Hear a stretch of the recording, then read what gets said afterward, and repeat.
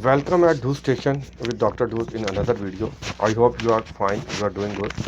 Today we have very important topic, risk assessment. What is risk assessment and how to conduct it practically? So I tried my best to make the video as short as possible, but as the topic is very comprehensive, so it is little lengthy. But I hope you will enjoy and you will learn a lot. Also, the presentation I will share the link in the description so you can download it. Your feedback is essential to make improve my content and more valuable. So I'm waiting for that. Okay, let's move to the risk assessment and learn what is it and how to conduct it. Today our topic is a practical approach to the risk assessment, assess and protect. Welcome to the welcome slide. Let's see what we are going to learn today. Today I will explain what is risk assessment and how to practically implement it. And I would like to tell you that if you are a HSC practitioner or you are interested in this field, risk assessment is one of the most important and crucial process or tool in HSC. So one must have a good understanding and solid grip and must know how to implement it practically in the field to excel in the HSC. So let's move on. Okay. So first, let's understand a few definitions which are very essential to understand the process of risk assessment. The first is hazard. So you need to have a clear understanding what is a hazard. So what is hazard? Hazard is any source of potential harm. It may be situation, condition, or object that can lead to loss or harm to you. It may be injury, ill health, or any other loss. So let's understand it. So to understand the hazard, one must keep in mind that hazard is something physical. It may be condition, situation, it may be physical phenomena or physical object that can have potential to cause you harm. Like situation, let's look at the situation. You are working at height and you want to avoid it, but you cannot avoid it. So this is a situation that can lead to the harm. Similarly, what is the condition? Condition is something where let's you have to work in the bad weather or the floor is slippery. So these are the bad conditions that can lead to the harm. Similarly, when we are talking about the object, means physical thing, something physical. So let's say you have equipment, machineries, vehicles, anything physical which have weight, moving, or have the sharp edges, have all the potential to cause you harm. So all these things are considered as hazard. Now, define the risk. What is the risk? So here it says risk is the likelihood or probability that a hazard will harm you if you are exposed to it, keeping the account of potential severity. Let's define it in simple words. So when you are looking at the risk, you can think it of like risk is a emerging property of the hazard that tells you that what is the probability that the hazard will trigger and cause you harm, and also at the same time it tells you that what is will be the loss amount of damage or amount of loss or severity or consequences of that incident. So basically, hazard is emerging property of the risk hazard, which have two components: likelihood and probability. Likelihood and consequences. So one must need to understand that risk tells you that how much probability is there hazard will trigger and the amount of loss that you can expect from that hazard. Now look at the risk assessment. What is the risk assessment? Risk assessment is a systematic process to identify the hazards, evaluate the associated risk, and suggest the suitable control measures. Now, in simple words, to understand the risk assessment, you just consider if you are doing three things in a process, minimum of three things, then it is called risk assessment. What are these three things? Left. So, number one, identification of the hazard. Number two, evaluation of the associated risk. Number three, suggesting or recommending the suitable control measures. Now, let's define the risk assessment. So risk assessment is a process in which at minimum you identify all the hazards, then you evaluate associated risks, and to control those risks, you implement suitable control measures. So this process is called risk assessment.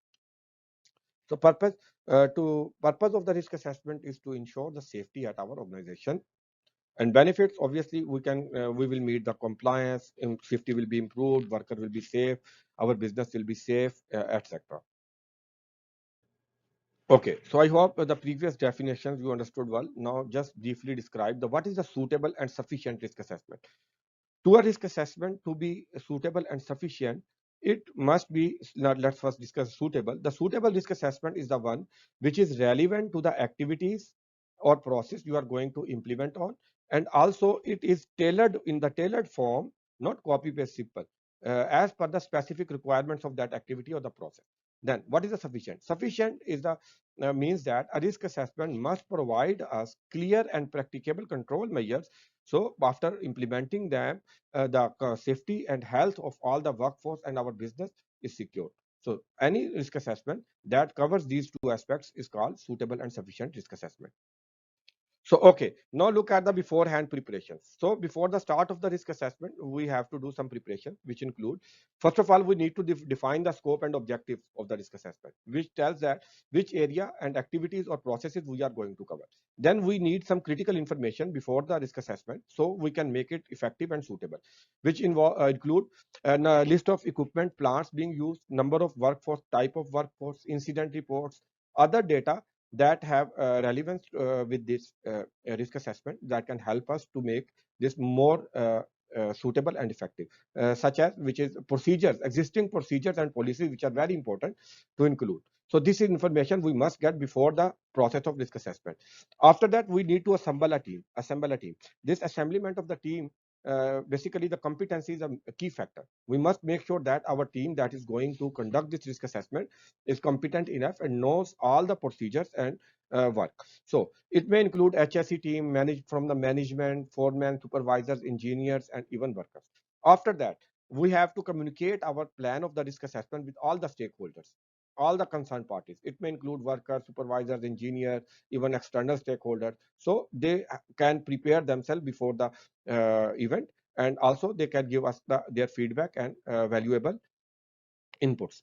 Then after that, we need resources. So resources are key. We have to make sure that all the resources are available. It may include tools, equipments, personal, it may be human resources, financial resources, etc. Okay, so now we are ready to conduct the risk assessment. So there are 5 steps of the risk assessment which are generally accepted. So first step is identification of the hazard. Second step is who might be harmed. Third step is evaluation of the risk, and fourth step is record the findings, and fifth step is the review. Okay, so now explain the first step, identification of the hazard. To identify the hazard, you can use spontaneous techniques or the structured techniques, structured approach. So what is meant by spontaneous technique? So if you have a very minor activity, small activity, so you can go to the activity itself. You can physically observe, you can ask the people, you can brainstorm with the workers. So this way you just directly note down all the hazards and their controls and everything on the risk assessment form. This is called spontaneous technique, which is unstructured. But for the complex and big activities, you have to adopt some structured techniques. So what is this? Structured techniques are basically systematic methods which are already adopted, and we know that they are effective and efficient. So let's say there are few examples. Hazards and operability is the one technique that we use to identify the hazards. Similarly, failure mode and effects analysis is a technique we use.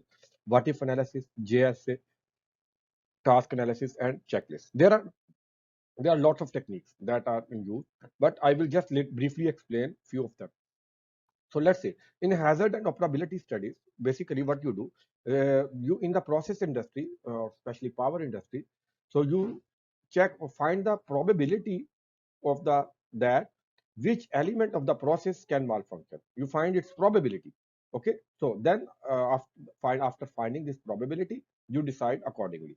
Similarly, in the failure mode effects and analysis, which is basically used mostly in the manufacturing industry, what you do, you find the elements of the process itself, elements itself that may fail, and then you decide for the controls accordingly.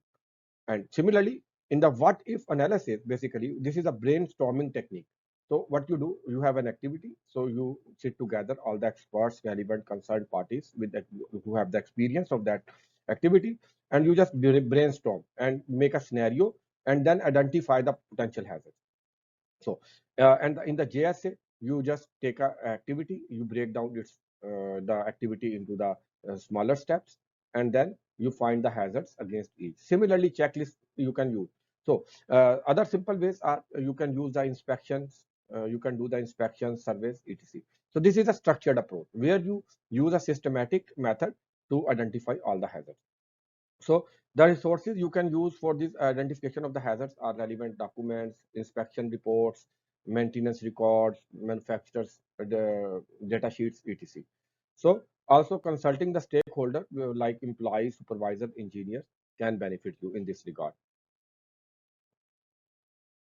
Okay, so in the next step, the estimate the risk. What we do, we have to find out, identify due to the one hazard, what will be the impact on our organization. Like you have a hazard, and we will identify who might be harmed due to this hazard. Maybe our property, worker, supervisor, foreman, engineer. So we have to define, identify who is going to be impacted with this hazard. After that, we have to assess that what is the level of this risk. It may be low, it may be medium, or it may be high. So we categorize these hazards into the low, medium, and high. Okay, so now once we have estimated the risk, now we have to evaluate it. So for the evaluation, we already discussed that this has two components, likelihood and its severity. So we have to evaluate the likelihood and severity separately. So how we evaluate this? So we rate them in the terms of low, medium, and high. So our likelihood may be at the time low, medium, or high. Similarly, our severity may also be low, medium, or high. So on the basis of that, when we take the product of these two, we find the value of the risk. So our risk also may be low, medium, or high. So how we achieve that? So what we do, we basically do that we represent these values in the numerical value rather than labeling them as a low, medium, or high. How we achieve that? First of all, what is the benefit? So when I say you that I have two risks, both are high. So it makes a sense, but not that much clear. But if I say you that I have a clear, I have a two risks, one has a value 10 and other has a 12. Now you clearly can understand that one of them is higher and one of them is lower than the other, but both are high. So this way you have a clear, precise understanding of the risk. So that is why we represent these with the numbers. So how we do that? So first of all, we can say that we number our likelihood from 1 to 5 as per its rating. So for example, if the likelihood is very unlikely to happen, it is very unlikely to happen. So we can say that it is very, very low and we can rate it like 1. If it is unlikely, but not very, very likely, then we can rate it like 2. But if the likelihood is moderate that yes, it can happen, so we can say it is medium. Then we can rate it as 3. But if we see that it is very likely or likely that the likelihood or the hazard would trigger, then we can rate it like 4. And similarly, if it is very certain to us that this hazard will trigger and can harm us, then we will rate the likelihood as 5. Now, similarly for the severity. So if the severity is very negligible, so we can say that its rating is 1. If it is minor or very low, then we can say its rating is 2. But if it is moderate, it can cause us some harm, then we can say its rating is 3. But if it can cause major harm like disability, fracture, something like or something like this, then we can rate it like 4. But if the severity can go to the fatality or catastrophic consequences, then we can rate it like 5. No, we know that how to rate the likelihood and consequences. So once we have their rating, then we take their product and we will get the rating of the risk. Okay, so now we understand how we rate our risk. So for rating our risk, we first rate the likelihood, then we rate the consequence, and then by their product we get the risk. Let's practice it with few examples.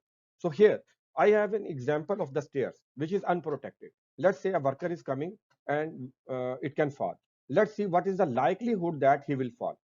So you can think your own, you can stop the video and you can give your rating from 1 to 5. So I gave it 4. A worker is coming there, a smallest of the distraction can let him fall. So if he falls, what will be the consequence? So I gave him the rating of 4.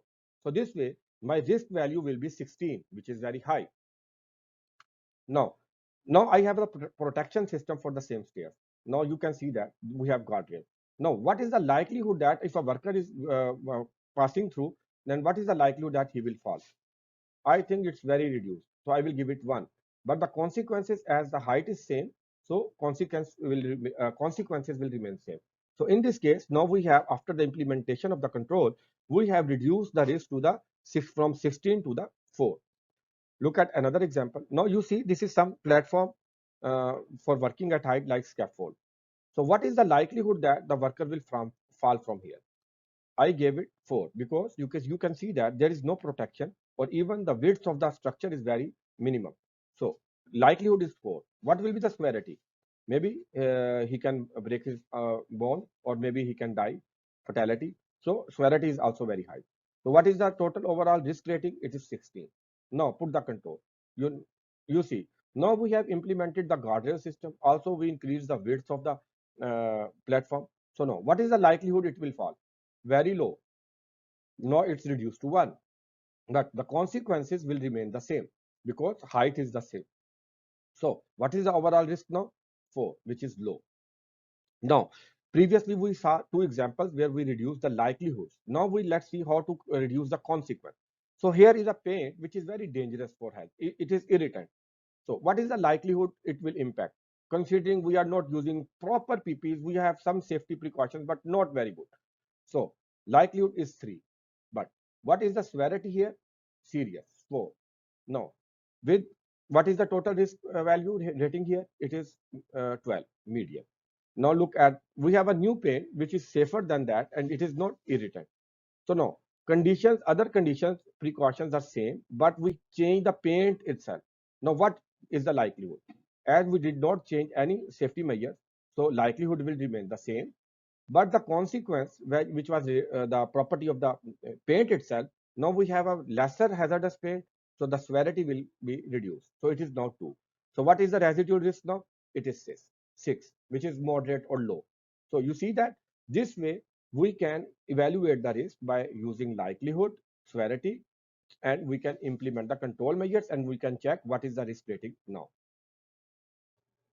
Okay, so now you have a good understanding of how to evaluate a risk.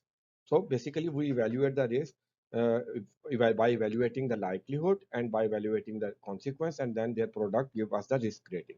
So this process is also called risk scoring. If you put these ratings in a table form, like I have shown in the picture, so this is called the risk scoring form. What are the benefits of this? Instead of describing your labeling your risk in the low, medium, high, you get clarity, consistency, and precision. Now you can distinguish between each risk which stays at what level, and also automatically you get the risk priority number.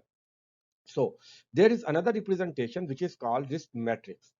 This is also the risk scoring, but in the graphical form, in a way that at one axis you are representing it with likelihood, and the other axis you are representing it with the consequences. And their product give you the number of the risk rating. So what you do here, if your risk rating is up to 6 or below than 6, then you color them green, which tells that this risk is already controlled and in the reasonably practicable level. And if the rating is above 6 and below 12, up to 12, then you color them yellow, in the yellow color, which tells you that this risk is in the moderate medium range, and you have to implement the control. But at the same time, by taking interim control, you can carry on your activity. But if the risk level goes beyond the 15, then the activity must be stopped before you implement the controls and bring the risk level to the reasonably practicable level. So this is how our risk scoring works. So here you can just understand by saying that if your risk level is 1 to 2, rating is 1 to 2, then no action is required. If the rating is between 3 to 6, then you have to monitor it. If your rating is between 8 to 12, then you have to take some actions, but you can carry on at the same time your activity, provided that you implement some interim controls, and along with them you apply the longer term controls to ensure that your risks are permanently controlled. But if the value goes between 15 to 25, then it is very serious and you cannot carry on your activity. You have to stop it immediately. You first take the action, you implement the controls, bring the risk rating to the below under the reasonably practicable level, and then you can proceed with the activity. So I hope now you have a good understanding of risk evaluation. Now let's move to the next step of the risk assessment, which is the record finding. In the record finding, what have you done up till now? You must record each and everything, including risk hazards identified, risk estimation, risk evaluations, control measures proposed, responsibilities assigned, timelines, like when you are going to follow up, what is the validity, time period, duration of your risk assessment. Each and everything you will write down. So also you should write down which compliance or legal requirements you achieve during this process. This will benefit you to present your evidence when required. So now move to our final step of the risk assessment, which is the review. So basically, review is basically to check the effectiveness, accuracy, and relevance of our risk assessment, whether or not we are getting the desired results. Similarly, it lets you improve your risk assessment with the passage of time, continuous improvement process. Also, it lets you improve your control measures and other things. Also, it lets you embed the inputs or feedback from the stakeholders like employees, supervisors, foremen, engineers who have any concern. So your review can be of two types. They may be scheduled or situational. Scheduled reviews are those which you have planned, like after 6 months or annually. And situational reviews are those which are triggered by any change, like any incident happened, process has changed, equipment changed, legislation changed, etc. Okay, now I hope you have a good understanding of the risk assessment. I wanted to give you a very comprehensive example to explain where I wanted to implement the risk assessment, but due to time constraint, I am giving you a very short example. Let's make a scenario. Let's say we are working on a height using a 10 feet high scaffold. So let's implement the risk assessment process. So first of all, identify the hazards. So first hazard, fall hazard, person or maybe material. Second, collapse of the scaffold. Third one, electrical hazard. Fourth one, let's say bad weather. Now, let's check who might be harmed. Let the person who is erecting the scaffold can be harmed. A worker working on the scaffold can be harmed. Maybe someone passing by can be harmed. So all these can be harmed. So now let's evaluate the risk one by one. Let's say take first hazard, fall hazard. Let's say we assume that the guardrails or protection system on the scaffolds are not up to the mark, and let's see what is the likelihood that a person standing on the scaffold will fall. If there is no guardrail or bad guardrail and he is not using the harness, then we can say that the likelihood of falling is up to very high. Let's put it 4. Okay, the value of the likelihood is 4. Now let's see if he falls from the 10 feet high, what can happen? It is the consequences can be very severe, broken bones or even death. So the consequences we should rate 4. So now what is the value of the risk now? So likelihood 4, consequence 4, multiplying them, we get 16. The risk rating we get is the 16, which is very high. So now let's put the control measure. So first of all, to make sure that the platform is protected and safe, we have to make sure that all the components of the scaffold are inspected by the third party, also erected by the competent person. The person who erected them is the competent. Tagging system is there. Guardrail, proper guardrail is installed. Also, the worker is using the full body harness. So now we have implemented the controls. Now let's see what is the new risk rating. So let's say, so after the control measures, we see that what is the likelihood of the worker will fall. After these protections, I don't think there is a big chance of worker falling from the height. So likelihood we give 1. The consequence, because the height is the same, so the consequence will remain the same. So that is 4. So new risk rating is 4, which is low. So now you see that after implementing the control, new risk rating is 4, which is low. So this way we can implement this evaluation of the risk to all of the other hazards. Now move to the next step, which is a record finding. So what have we done? We identified the hazards, we estimated the risk, we evaluated the risk. Also, we have to nominate or the people who are responsible to make sure that these controls are implemented and other things. Similarly, we have a date of risk assessment we are doing, and we have to give the time period or validity to this risk assessment. So all these things you have to note down. So once all these things are noted down, so this step is complete. Next step is the review. So in the review, we have to review to check whether or not our controls are effective. They are performing as desired. Also, we have to see in the review, we can check that is there any areas of improvement, or also we have to change the review the risk assessment if there is any change like new technology, new legislation, incident, etc. So this way you can simply implement a risk assessment process to any activity. Okay, now understand which risk assessment is a dynamic risk assessment. Let's make it very simple. Any risk assessment that shows four of the following characteristics can be defined as dynamic risk assessment. Number one, self-monitoring.